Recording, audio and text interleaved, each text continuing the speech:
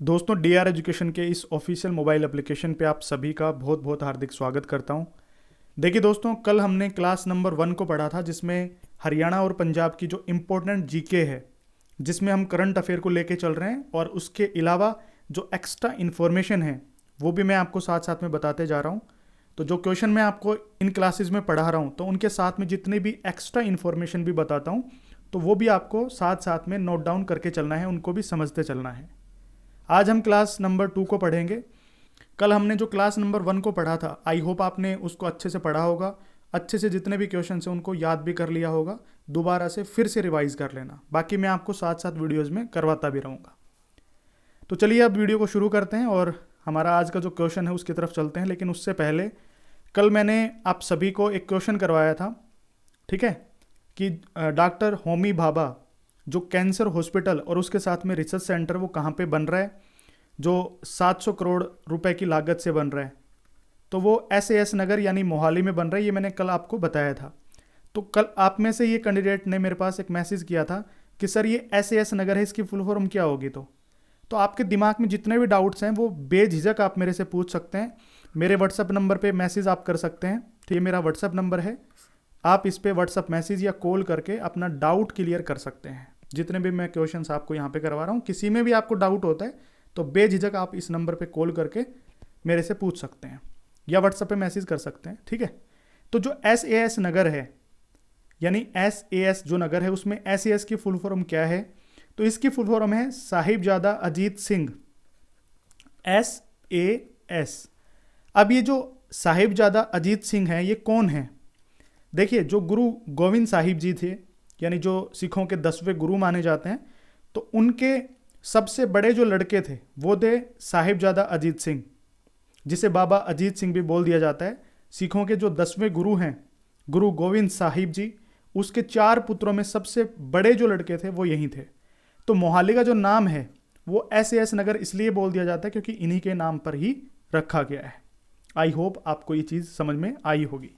तो चलिए आज का जो सबसे पहला क्वेश्चन है उसकी तरफ चलते हैं। सबसे पहला क्वेश्चन आपकी स्क्रीन पर ये रहा। क्वेश्चन है कि पंजाब और हरियाणा जो उच्च न्यायालय है जिसकी हम तैयारी कर रहे हैं, जिसमें ड्राइवर की पोस्ट के लिए हम तैयारी कर रहे हैं, तो उसी हाई कोर्ट के अंदर जो न्यायाधीशों की कुल स्वीकृत शक्ति कितनी है, यानी मैक्सिमम कितने जज इसमें लग सकते हैं, ठीक है। सिंपल मैंने आपको बता दिया ये क्वेश्चन, मैक्सिमम कितने जज अपॉइंट यहाँ पे कर सकते हैं इस हाई कोर्ट के अंदर। कौन सा? Punjab and Haryana high court के अंदर। देखिए अभी फिलहाल में टोटल कितने जज हैं, तो ये हैं 66 यानी 66, जो अभी हाल ही में 2 नवंबर 2022 को नए अपॉइंट किए गए honourable Mister Justice Vikram Agarwal, इनको नया जज बनाया गया, ठीक है। मैं चीफ जस्टिस की बात नहीं कर रहा हूं, मैं सिर्फ जस्टिस की बात कर रहा हूं। तो honourable Mister Justice Vikram Agarwal, जिनको 2 नवंबर 2022 को अपॉइंट किया गया है एज ए जज in Punjab and Haryana high court, ठीक है। लेकिन यहां पे कितने टोटल जज हो सकते हैं इस हाई कोर्ट के अंदर, तो ये हो सकते हैं 85 टोटल 85 हो सकते हैं, अभी हैं 66। तो यानी अभी भी कुछ वैकेंट सीट्स हैं, यहाँ पे नए जज भर्ती किए जा सकते हैं, सिंपल।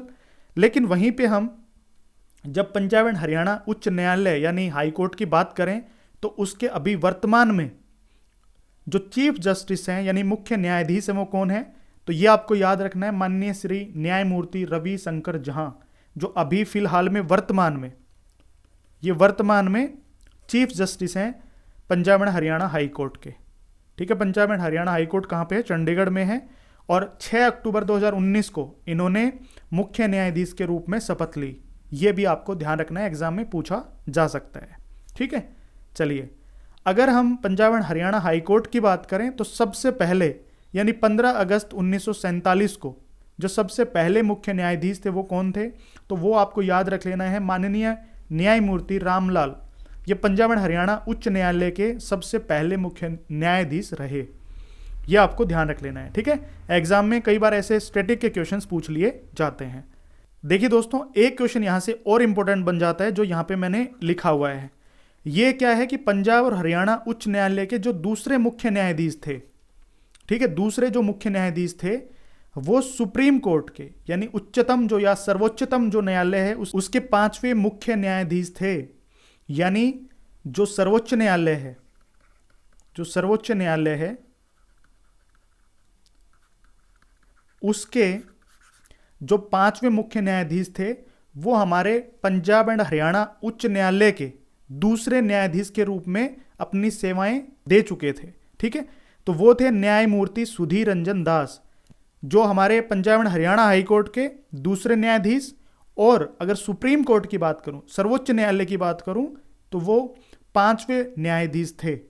ठीक है, तो ये इंपॉर्टेंट क्वेश्चन है, आपको ध्यान रख लेना है। आपसे पूछ लिया जाए कि भाई इनमें से कौन से ऐसे मुख्य न्यायाधीश थे जो हमारे Punjab and Haryana high court के दूसरे न्यायाधीश थे और जो बाद में सुप्रीम कोर्ट के भी जा करके चीफ जस्टिस बने, यानी मुख्य न्यायाधीश बने, तो वो आप निशान लगा सकते हैं न्यायमूर्ति सुधीर रंजन दास। ठीक, ये आपको समझ में आ गया होगा। अब देखिए दोस्तों, यहां पे जब हाई कोर्ट की बात हो रही है, ठीक है, यहां पे जब उच्च न्यायालय की बात हो रही है, तो उच्च न्यायालय के मुख्य न्यायाधीश की जो नियुक्ति है वो कौन करता है? हाई कोर्ट के जो चीफ जस्टिस हैं, जो चीफ जस्टिस हैं उसकी नियुक्ति कौन करता है? सिंपल सा क्वेश्चन। तो देखिए यहां पे आपको ध्यान रख लेना है कि भारत के मुख्य न्यायाधीश यानी जो सुप्रीम कोर्ट है उसके चीफ जस्टिस, उसके साथ में सुप्रीम कोर्ट के यानी जो सर्वोच्च न्यायालय है उसके 2 वरिष्ठ न्यायाधीश, इसके अलावा राज्य के राज्यपाल के परामर्श के बाद भारत के राष्ट्रपति द्वारा इसकी नियुक्ति की जाती है। किसकी? जो हाई कोर्ट के मुख्य न्यायाधीश है उसकी। ठीक है, तो ये आपको ध्यान रख लेना है। ये भी एक इंपॉर्टेंट क्वेश्चन आपके एग्जाम में पूछा जा सकता है, क्योंकि यहाँ पे हाई कोर्ट के बारे में पूछा गया है, तो मैं सोच रहा था कि आपको ये भी इंफॉर्मेशन देता चलूँ। ठीक है दोस्तों, अब हाई कोर्ट के जो न्यायाधीश हैं उनकी जो क्वालिफिकेशन की बात करें यानी योग्यता की बात करें, तो वो भारतीय नागरिक होने बहुत ज़्यादा इंपॉर्टेंट हैं। इसके साथ में 10 साल तक का एक्सपीरियंस होना चाहिए किसी भी न्यायिक पद पर, या फिर उच्च न्यायालय में यानी हाई कोर्ट के अंदर, हाई कोर्ट में 10 साल तक का यानी अधिवक्ता का मतलब क्या होता है? एडवोकेट होना जरूरी है। ठीक है, ये क्वालिफिकेशंस के अंदर आता है, योग्यता के अंदर आता है। इसके अलावा जो उच्च न्यायालय यानी हाई कोर्ट के जो न्यायाधीश हैं वो 62 वर्ष तक की आयु तक काम कर सकते हैं, यानी अपने पद पर रह सकते हैं, और वह राष्ट्रपति को पत्र लिखकर इस्तीफा दे सकता है। ये भी बहुत इंपॉर्टेंट पॉइंट है, कई बार एग्जाम में आ जाता है। ठीक है, कि जो हाई कोर्ट के जो चीफ जस्टिस होते हैं वो अपना इस्तीफा किसको देते हैं? तो वो देते हैं माननीय राष्ट्रपति महोदय को। ठीक है, ये आपको ध्यान रख लेना है, यहाँ पे ये पॉइंट सबसे ज़्यादा इंपॉर्टेंट है।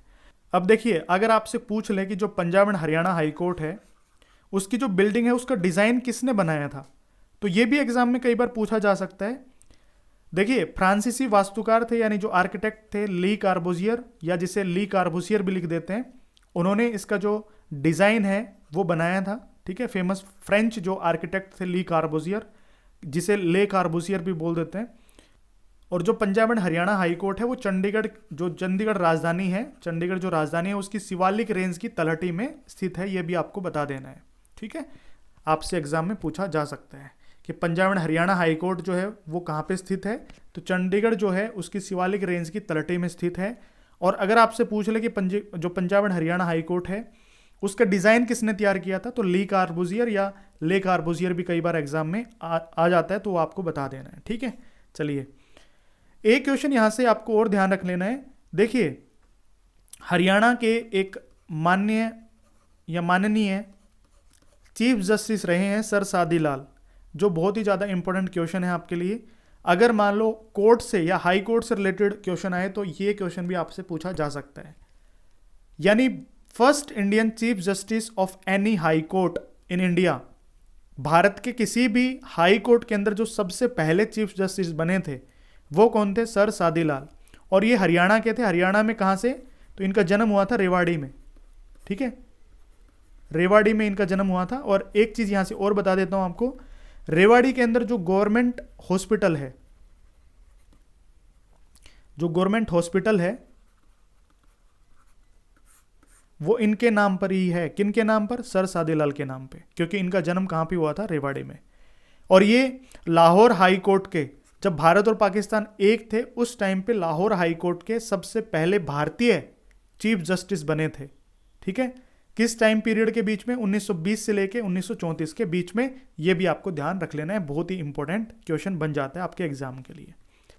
हरियाणा के किस शहर से मेट्रो रेल के माध्यम से दिल्ली के लिए एक क्षेत्रीय रैपिड ट्रांजिट सिस्टम यानी RRTS, ठीक है, यानी रीजनल रैपिड ट्रांजिट सिस्टम प्रस्तावित किया गया है? हरियाणा सरकार ने केंद्र सरकार को एक प्रस्ताव भेजा है कि एक रीजनल रैपिड ट्रांजिट सिस्टम जो हम लागू करना चाहते हैं, यानी एक तरीके से मेट्रो को हम हरियाणा के हिसार डिस्ट्रिक्ट से जोड़ना चाहते हैं कि जो जॉब करने वाले हैं इस डिस्ट्रिक्ट के, इसके सराउंडिंग, तो वो अच्छे से, यानी दिल्ली के आस पड़ोस जितने भी कंपनियां हैं जहाँ पे भी वो जॉब करना चाहें या फिर कोई भी अपना बिजनेस ग्रो करना चाहें, वो आसानी से कर सकते हैं। तो इसलिए एक प्रस्ताव भेजा है। ये कहाँ से कहाँ तक जोड़ेगा? तो ये हरियाणा के हिसार से और दिल्ली तक, ठीक है। ये प्रस्ताव यानी हरियाणा सरकार ने और केंद्र सरकार को भेजा है। तो इसलिए हरियाणा के किस शहर से? तो हिसार शहर से और दिल्ली तक क्षेत्रीय रैपिड ट्रांजिट सिस्टम, यानी जिसे रीजनल रैपिड ट्रांजिट सिस्टम भी बोल दिया जाता है, वो कहाँ से कहाँ तक जोड़ेगा? हिसार से दिल्ली तक, ठीक है। ये एक प्रस्ताव दिया है राज्य सरकार ने केंद्र सरकार को, ठीक। जब हिसार की बात आती है तो यहाँ से आपको पंडित जसराज भी आपको याद रख लेना है, बहुत ही ज़्यादा इंपॉर्टेंट है, जिनकी अभी 17 अगस्त 2020 को डेथ हो गई थी। और एक ये शास्त्रीय गायक थे। और ये एग्ज़ाम में कई बार SSC के एग्जाम्स में भी पूछा गया है कि जो पंडित जसराज थे वो किस घराने से बिलोंग करते। तो मेवाती घराना थे इनका, और इनका जन्म जो है वो हिसार के अंदर हुआ था। हिसार कहाँ पे? हरियाणा के अंदर। तो एक बहुत इंपॉर्टेंट है, हिसार जब भी आता है तो पंडित जसराज आपके दिमाग में आ जाना चाहिए। इनका जन्म हुआ था 28 जनवरी 1930 को और अभी डेथ हुई थी, ठीक है, 17 अगस्त 2020 को। भारतीय शास्त्रीय गायक थे ये, मेवाती घराने से बिलोंग करते हैं और इसके अलावा इनका जन्म जो है वो हिसार हरियाणा में हुआ था। ये कुछ फैक्ट्स आपको ध्यान रख लेने, बहुत ही ज़्यादा इंपॉर्टेंट है। नेक्स्ट क्वेश्चन ये भी बहुत ज़्यादा इंपॉर्टेंट है कि 2020 की गणतंत्र दिवस परेड के दौरान निम्नलिखित में से किस राज्य की झांकी ने भारतीय राष्ट्रीय आंदोलन में अपना योगदान प्रदर्शित किया था? ठीक है। अब देखिए, पंजाब की जो झांकी निकली थी, जो पंजाब ने झांकी निकाली थी, पंजाब स्टेट ने, तो वो डिस्प्ले कर रही थी किसको? इंडियन नेशनल मूवमेंट यानी भारतीय राष्ट्रीय आंदोलन को। और इसके अंदर यानी इसमें मेनली कौन कौन थे, इस झांकी में क्या प्रदर्शित हो रहा था? यहाँ पे लिखा भी हुआ है, स्वतंत्रता संग्राम में पंजाब के योगदान को प्रदर्शित करते हुए राज्य की झांकी में भगत सिंह, राजगुरु और सुखदेव को दर्शाया गया। इसमें लाला लाजपत राय और उधम सिंह के नेतृत्व में साइमन कमीशन के खिलाफ माइकल रोडायर को गोली मारने के विरोध को भी प्रदर्शित किया गया था। तो यानी अगर ये क्वेश्चन आपके एग्जाम में आए, ठीक है, भारतीय राष्ट्रीय आंदोलन या फिर इंडियन नेशनल मूवमेंट, इससे जुड़ी हुई जो झांकी थी वो किस राज्य की थी? जो अभी 2022 में जो रिपब्लिक डे यानी गणतंत्र दिवस के ऊपर परेड हुई थी, उस टाइम पे जो झांकी दिखाई गई, तो किस राज्य की झांकी थी जिसमें नेशनल मूवमेंट यानी इंडियन नेशनल मूवमेंट को, भारतीय राष्ट्रीय आंदोलन को दर्शाया गया? तो आप बता सकते हैं इसमें पंजाब राज्य की झांकी थी। ठीक है, ये आपको ध्यान रख लेना है। नेक्स्ट क्वेश्चन देखिए, निम्नलिखित में से किस राज्य सरकार ने मार्च 2022 में महिलाओं के लिए सुषमा स्वराज पुरस्कार की घोषणा की? शायद आप में से कोई होगा जो इनको नहीं जानता होगा। सुषमा स्वराज, अब इनका जन्म हुआ था हरियाणा में, तो इसलिए सुषमा स्वराज पुरस्कार की शुरुआत भी महिलाओं को देने के लिए 2022 में हरियाणा सरकार में ही शुरू की गई। ये इसका करेक्ट आंसर बन जाएगा यहाँ से। सुषमा स्वराज जी की जब बात करते हैं तो इनका जन्म हुआ था अंबाला कैंट में। ठीक है, अंबाला कैंट, ये आपको ध्यान रख लेना, सबसे ज़्यादा इंपॉर्टेंट है। ठीक, अंबाला कैंट में। और जब ये हरियाणा और पंजाब एक था ना, उस टाइम की बात कर रहा हूँ जब अंबाला जो कंटोनमेंट एरिया है वो उस टाइम पे पंजाब में आता था। ठीक है, नाउ इन हरियाणा, देखो यहाँ पे लिखा भी हुआ है नाउ इन हरियाणा इंडिया। अभी जो अंबाला कंटोनमेंट यानी कैंट है वो हरियाणा के अंदर है। इनकी जो डेथ है वो हुई 6 अगस्त 2019 को। ठीक है, ये ध्यान रख लेनी है। अब अगर मैं बात करूं कि सुषमा स्वराज के बारे में क्या क्या इंपॉर्टेंट फैक्ट्स आपको याद रखने हैं। दिल्ली की जो 5वीं चीफ मिनिस्टर रही 13 अक्टूबर 1998 से लेकर 3 दिसंबर 1998 के बीच में, 5वीं सीएम वो रही सुषमा स्वराज जी। ये आपको फैक्ट ध्यान रख लेना है। भारत की 29वीं जो मिनिस्टर ऑफ एक्सटर्नल अफेयर यानी विदेश मंत्री, ठीक है, और कौन सी विदेश मंत्री, 29वीं, वो भी रही सुषमा स्वराज जी, ठीक है। तो ये जो दो फैक्ट्स हैं ये सुषमा स्वराज जी के बारे में आपको ध्यान रख लेने हैं। इनका जन्म हुआ अंबाला हरियाणा के अंदर, ठीक है, ये मैंने आपको बता ही दिया था। इसके अलावा जो अंबाला कंटोनमेंट यानी कैंट है वो अभी हरियाणा के अंदर है, पहले पंजाब में था। इनकी जो डेथ हुई वो हुई 6 अगस्त 2019 को, ठीक। दो फैक्ट्स मैंने आपको बताए। 29वीं विदेश मंत्री रही, इनका कार्यकाल भी यहाँ पे लिखा हुआ है 26 मई 2014 से लेके 30 मई 2019 के बीच में। और दिल्ली की, ठीक है, जो यूटी है, दिल्ली की 5वीं सीएम के पद पर रही कौन, सुषमा स्वराज जी। तो ये दो फैक्ट आप इनके बारे में ध्यान रख लेना। नेक्स्ट क्वेश्चन देखिए, क्वेश्चन है हरियाणा सरकार के किस विभाग को हाल ही में प्रतिष्ठित राष्ट्रपति के रंग यानी पुरस्कार से सम्मानित किया गया। जो प्रेस्टिजियस प्रेसिडेंट कलर अवार्ड है उससे किस डिपार्टमेंट को, किस विभाग को सम्मानित किया गया है हाल ही में यानी 2022 या 21 के अंदर। तो वो यहाँ पे लिखा हुआ है वित्त यानी फाइनेंस विभाग, शिक्षा यानी एजुकेशन डिपार्टमेंट, पुलिस यानी पुलिस विभाग, या फिर स्वास्थ्य यानी हेल्थ डिपार्टमेंट। किसको सम्मानित किया गया है? तो इसका सही आंसर होगा पुलिस डिपार्टमेंट। जो हरियाणा पुलिस है उनको जो प्रेसिडेंट कलर्ड अवार्ड है वो दिया गया। और देखिए जो अभी राष्ट्रपति के जो रंग हैं, राष्ट्रपति का जो रंग पुरस्कार है वो जनरली किसको दिया जाता है? यहाँ पे मैंने लिख दिया है राष्ट्रपति का रंग पुरस्कार भारत के किसी भी सैन्य इकाई को दिया जाने वाला सर्वोच्च सम्मान है। इसे निशान के नाम से भी जाना जाता है, जो एक प्रतीक है जो सभी यूनिट अधिकारियों द्वारा अपनी वर्दी के बाएं हाथ पर पहना जाता है, ठीक। ये आप ध्यान रखेंगे, बहुत ही ज़्यादा इंपॉर्टेंट है। इसमें दो कलर मुख्यतः दिए गए हैं, एक तो रेड है और एक है ब्लू, और उसके बीच में यहाँ पे आपका जो नेशनल एम्बलम है वो भी दिया गया है। तो ये सारी चीज़ें आपको ध्यान रख लेनी है। तो दोस्तों इस वीडियो में इतना ही, मिलता हूँ नेक्स्ट वीडियो में। आपको कोई भी डाउट आता है किसी भी प्रकार का, मैं फिर से बोल रहा हूँ 85 70 80 96 84 इस नंबर पे आप व्हाट्सअप मैसेज करके, ठीक है, आप व्हाट्सएप पे मैसेज कर सकते हैं या फिर कॉल भी आप करके अपना जो भी डाउट है वो क्लियर कर सकते हैं, ठीक है। मिलता हूँ नेक्स्ट वीडियो में, तब तक के लिए बने रहिए मेरे साथ। Thank you so much.